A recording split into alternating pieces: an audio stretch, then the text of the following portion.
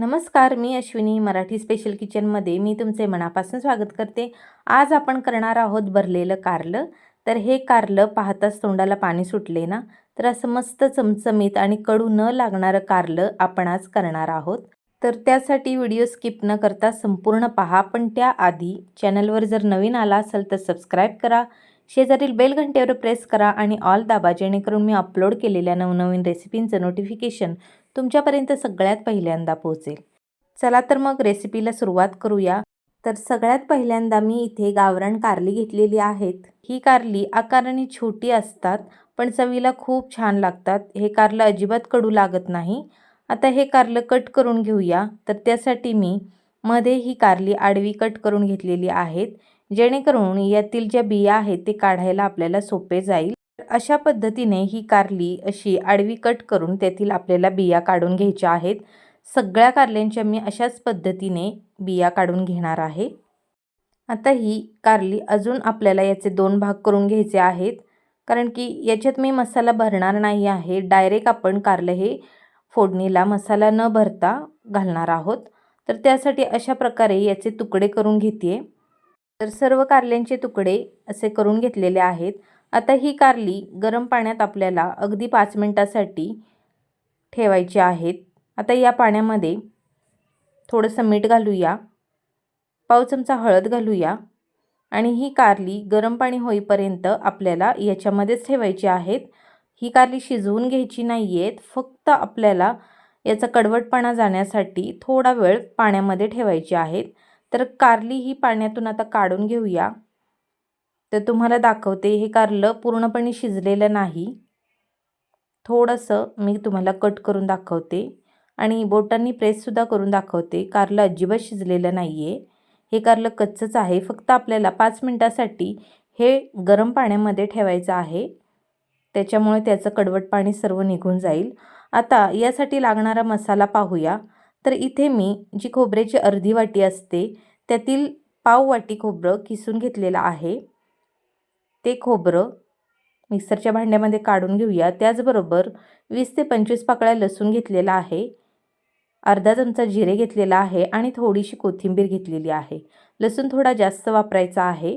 आता इथे आपण कांद्याचा वापर करणार नाही, फक्त लसूण खोबऱ्याचंच वाटण या कारल्याच्या भाजीसाठी करणार आहोत। तर हे वाटण वाटून घेतलेलं आहे, बाजूला ठेवून घेऊया।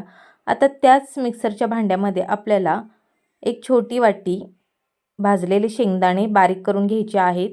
तर हे शेंगदाणे जाडसरच आपल्याला वाटून घ्यायचे आहेत, जास्त बारीक पावडर करायची नाही शेंगदाण्याची, असे ओबडधोबडच वाटून घ्यायचे आहेत। त्यानंतर इथे मी थोडीशी चिंच भिजत टाकलेली आहे, त्याचा आपण कोळ काढून घेऊया। तर ही चिंच साधारणपणे 5 ते 6 आपण चिंचेचे तुकडे घेतलेले आहेत, ते या पाण्यामध्ये 5 मिनिटासाठी भिजत ठेवलेले होते। तर याचा कोळ काढून घेऊया। कारल्याच्या भाजीमध्ये हा चिंचेचा कोळ आपल्याला वापरायचा आहे, त्यामुळे भाजीचा कडवटपणा नाहीसा होईल, भाजी अजिबात कडू लागणार नाही आणि चवीला सुद्धा खूप छान लागेल। आता कारलं फोडणीसाठी घालून घेऊया। तर त्यासाठी कढई ठेवलेली आहे, कढई गरम झालेली आहे। एक छोटी वाटी तेल घालून घेते। त्याचबरोबर तेल गरम झाले की जिरे घालून घेऊया आणि आपण जे मगाशी वाटण करून ठेवलेले होते ते लसूण खोबऱ्याचे वाटण आपण यामध्ये घालून चांगले तेल सुटेपर्यंत भाजून घ्यायचे आहे। आता यामध्ये आपल्याला घरगुती मसाले घालून घ्यायचे आहेत। तर इथे मी 2 चमचे कांदा लसूण मसाला, 1 चमचा काश्मीरी मिरची पावडर, 1 चमचा धने पावडर, अर्धा चमचा चिकन मसाला आणि चवीनुसार मीठ घालून घेतलेलं आहे। मगाशी कारलं आपण गरम पाण्यात टाकलेले होते, त्यावेळेला सुद्धा आपण मीठ टाकलेले होते, त्यामुळे बेतानेच आपल्याला इथे मीठ घालून घ्यायचे आहे।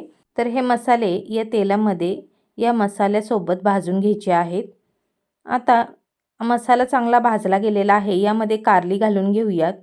कारली घालून पुन्हा ही कारली या मसाल्यासोबत परतून घ्यायची आहे आणि आता ही भाजी आपल्याला थोडीशी रसरशीत बनवायची आहे, थोडीशी अशी ग्रेव्ही टाईप बनवायची आहे।